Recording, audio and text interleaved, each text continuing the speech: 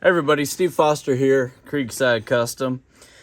We're excited that we just released the new 1922 trigger. It fits in the Ruger Mark IV, Ruger Mark III. We've tested it out with LaQuartz Scorpion frame, as well as the tandem cross lower. So this one has already been installed, but I just wanted to walk you through what you're going to receive. So it's a black anodized trigger. It comes in a case. We're just doing this for a limited time only. Depends on how it goes. We may keep selling them with the case. And then there's actually 3 set screws that come in with this package. So let me walk you through those real quick, if I can get them out of this little pesky bag. So the trigger itself has a location for two different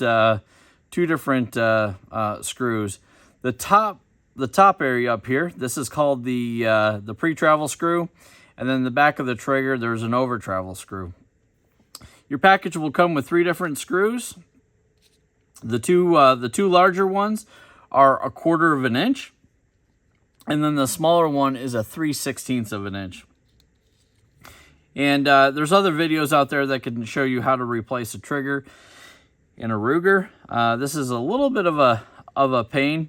But typically, to install this pre-travel screw, I've got it started, and I've included a 0.050 inch Allen head wrench, and that's the size for all these.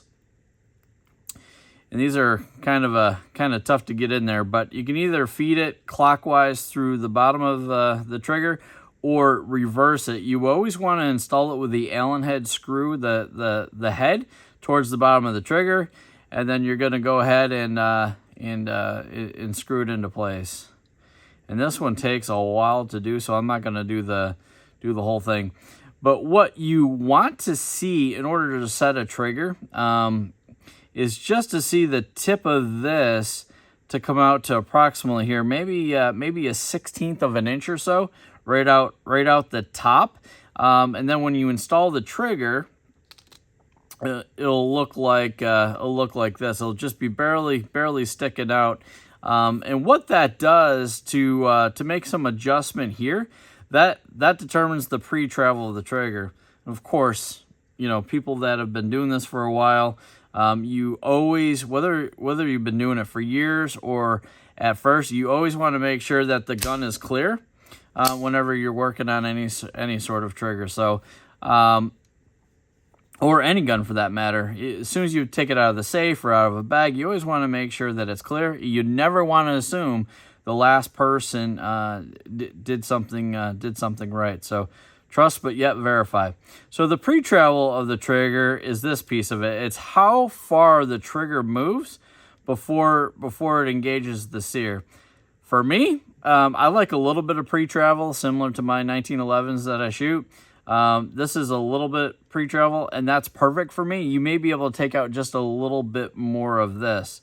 And I'll talk about that here in just a second in terms of the pre-travel side. And on the bottom of this of the trigger shoe here, most of the frames that I've installed these in have been taking the 3/16 screw, and so you just go ahead and screw it in there. What I recommend for both of these screws, this one's definitely the most important of the two, but for both of them, I put just a little bit of thread locker on it. It's a Loctite 242. A little goes a long way, but you're going to want to put just a little bit in there when you're putting the gun together. It will set up in maybe 10 or 15 minutes, but you do not want that screw to back out, and I'll explain here just in a second when I'll go through the mechanics of it. So in order to get your trigger pull, you want it to have just a little bit of pre-travel to your liking. A lot of these Mark IV triggers, you can't get it right at the wall, but you can get pretty darn close, and every trigger is certainly different. What I've got in this Ruger gun is I've got a Ruger trigger rebound spring in the top, and a Ruger sear, or Ruger sear spring, and it's got a LaQuartz hammer, trigger bar, in sear. And the reason why we did this is that you want, for this type of gun, this is actually a donation gun that I've partnered with Ruger on. We wanted to get right about a 2-pound pull. And this one, it breaks right at 90 degrees, and that's part of the 1911 feel that I like. And then that's the hard wall that it hits. And then you can adjust the Overtravel with that little set screw right there. So it's just a little bit. So if you rack it, and you come out just a little bit, maybe a 1/16 of an inch, and that's the reset. All right. So how far back out that this trigger has to travel, that's the Overtravel screw.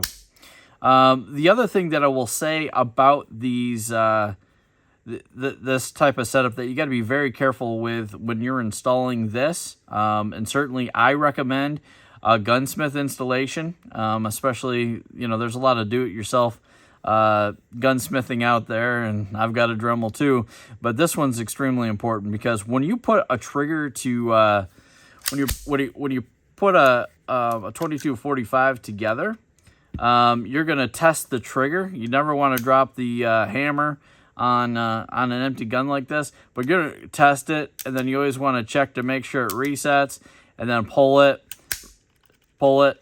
reset, and then make sure that it resets. Because if you have your finger pulled back and the gun does not reset, you've got an issue. I'm sorry, if you you have to take your finger off the trigger to get it to reset, but there you go. It's pulled back, and then it pops in and resets. So you always want to make sure that you think you have it set properly, but if the hammer does not reset, then you have to back out this pre-travel screw.